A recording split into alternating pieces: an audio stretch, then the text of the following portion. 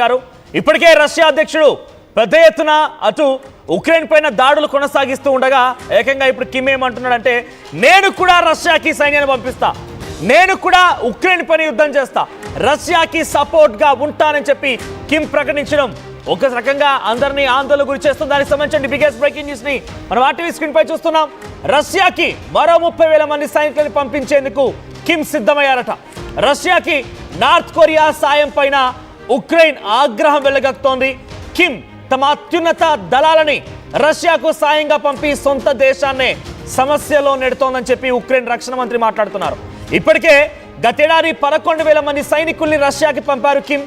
Ukraine ను అంతం చేయడమే లక్ష్యంగా రష్యా బిగ్ స్కెచ్ వేస్తోంది. అయితే దానికి కిమ్ కూడా సహాయం చేస్తున్నాడు. సో మనం చూస్తున్నాం, డెఫినెట్ గా ఇక్కడ మాట్లాడడం సమంజసం కాదేమో ఒక దేశాధ్యక్షుని పట్టుకొని, బట్ డెఫినెట్గా ఇక్కడ మాట్లాడాల్సిందే మీకు అర్థం కావడం కోసం నేను మీ భాషలో మాట్లాడుతున్నాను. చూడడానికి కాస్త కమెడియన్ కనిపించిన, కామెడీగా కనిపించిన, కొంత ఆ కట్టింగ్, ఆయన వేషాధారణ, ఆయన హైట్, పర్సనాలిటీ కామెడీగా అనిపించిన the most dangerous in middle eastern కంట్రీస్లో నార్త్ కొరియా అధ్యక్షుడు కిమ్ కూడా ఒకరు. ఎందుకు ఇక్కడ మోస్ట్ డేంజరస్ అంటుందనంటే, అమెరికా అధ్యక్షునే నువ్వెంత నీ లెక్కెంత, డొనాల్డ్ ట్రంప్ అయితే ఏంటి, ఇంకేదైతే ఏంటి, నాకేంటి నీతో అన్నట్టుగా ఒకానొక సందర్భంలో ఆయన గతంలో అధ్యక్షుడిగా ఉన్నప్పుడనే హెచ్చరించారు. అంటే అటువంటి వ్యక్తి కిమ్. సో ఇప్పుడు కిమ్ ఏం చేస్తున్నారంటే, రష్యా ఉక్రెయిన్ యుద్ధం జరుగుతున్న నేపథ్యంలో ఉక్రెయిన్ ఇక మాట వినదు. ఉక్రెయిన్కి బ్రిటన్ దేశాలు సపోర్ట్ ఇస్తున్నాయి, నాటో దేశాలు సహకరిస్తున్నాయి. కాబట్టి రష్యా నేను నీకు తోడవుతున్నా అని చెప్పి గతంలోనే 11,000 మంది సైనికులను పంపించి ఉక్రెయిన్ పైన దాడులు చేశాడు కిమ్. ఇప్పుడు ఏకంగా 30,000 మంది సైనికుల్ని కిమ్ రష్యాకి పంపించబోతున్నాడు. ఒక రకంగా అటు సైబీరియా నుంచి అటు డైరెక్ట్గా ఉక్రెయిన్లోకి ఎంట్రీ ఇచ్చి ఉక్రెయిన్లో రష్యా సంబంధించిన సైన్యానికి మద్దతుగా నిలబడుతూ ఉక్రెయిన్ అంతమొందించాలని లక్ష్యంతో ఉన్నారట. కివ్ ఇంటెలిజెన్స్ వర్గాలు ఈ విషయాన్ని ఎప్పుడు వెల్లడించాయి. సో 30,000 మంది సైనికుల్ని కిమ్ పంపిస్తూ ఉన్నారని చెప్పి కీవ్ అంటే ఇక్కడ ఉక్రెయిన్లోని ఒక ప్రధాన నగరం కీవ్ అనేది. సో కీవ్ ఇంటెలిజెన్స్ వర్గాలు ఎప్పుడో వెల్లడించాయి.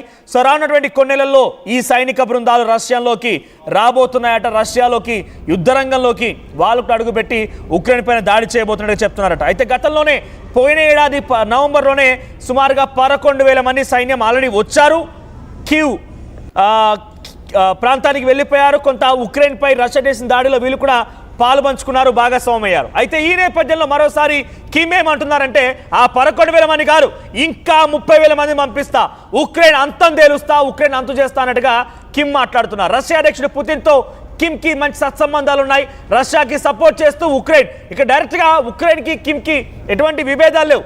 ఉక్రెయిన్కి అటు నార్త్ కొరియాకి ఎటువంటి ఇబ్బందులు లేవు. కానీ ఉక్రెయిన్కి అమెరికా సపోర్ట్ చేయడం, నాటో దేశాలు సహకరించడం, ఆ తర్వాత బ్రిటన్ సహకరించడం, ఇవన్నీ కూడా కిమ్ని కొంత ఇబ్బందులకు గురి చేస్తున్నాయి, కిమ్ని ఇబ్బందులు పెడుతున్నాయి. సో డైరెక్ట్గా వారిపైన యుద్ధాన్ని చేసి వీళ్ళందరి నోర్లు మూయించాలనుకుంటున్నాడు కిమ్. నేను మళ్ళీ చెప్తున్నాను, he is the most dangerous person in the middle east countries. పశ్చిమాసియా దేశాల్లో చాలా పక్కాగా ఒక రకంగా డేంజరస్ ప్రెసిడెంట్గానే అభివర్ణించవచ్చు.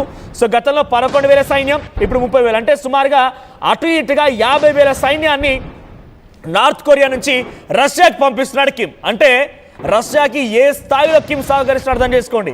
ఈ డైరెక్ట్గా ఉక్రెయిన్ పైన యుద్ధం, ఉక్రెయిన్ పైన కోపం, ఉక్రెయిన్ పైన పగ కాదు.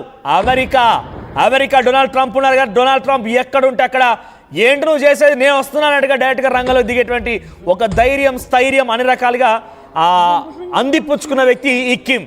సో చూడడానికి కమెడియన్ కనిపించినా, చూడడానికి కొంత ఇబ్బందిగా ఉన్నా కూడా he is the most dangerous person. ఒకసారి నేను మరింతగా మీకు అప్డేట్స్ అందించే ముందు రష్యా ఉక్రెయిన్ యుద్ధం నేపథ్యంలో ఎటువంటి యుద్ధ పరిణామాలు చోటు చేసుకుంటానని ఒకసారి విజువల్స్ చూద్దాం.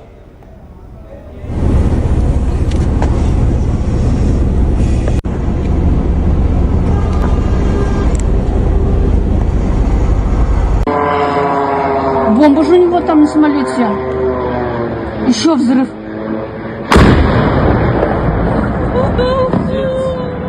Пиздец. Давайте из дома. Бомба же у него там на самолете.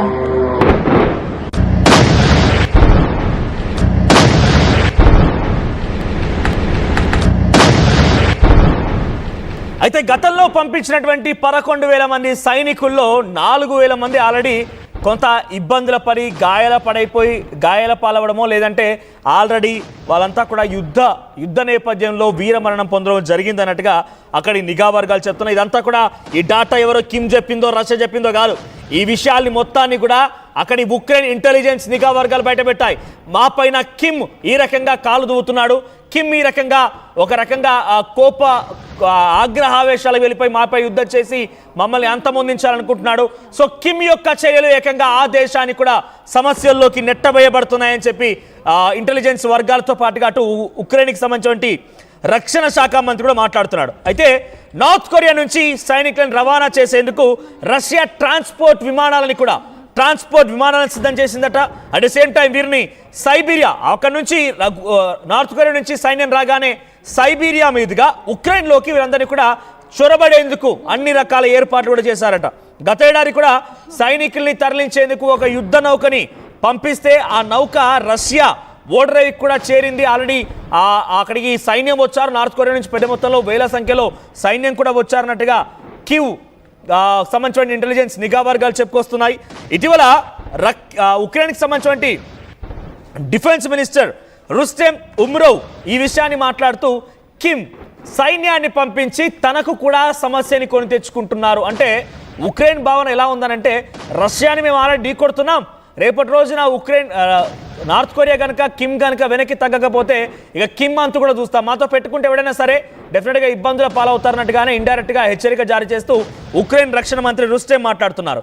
సో అత్యున్నత దళాలని పంపించి అనవసరంగా రాద్ధాంతం చేస్తున్నారు, అనవసరంగా సమస్యలోకి నెట్టవేయబడుతున్నారని చెప్పుకొచ్చారు. అంతేకాకుండా పెద్ద ఎత్తున ప్యాంగ్యాంగ్ సేవలని, అంటే అక్కడి ఆర్మీ సేవలని, నార్త్ కొరియా ఆర్మీ సేవలని వినియోగించుకున్నందుకు గాను ఏడాది కాలం పూర్తయిన తర్వాత యానివర్సరీ సెలబ్రేషన్స్ కూడా జరిగాయట.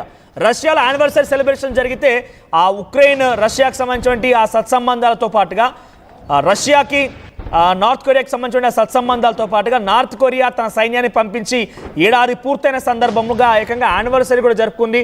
ఆ యానివర్సరీలో కిమ్ కూడా పార్టిసిపేట్ చేశాడట.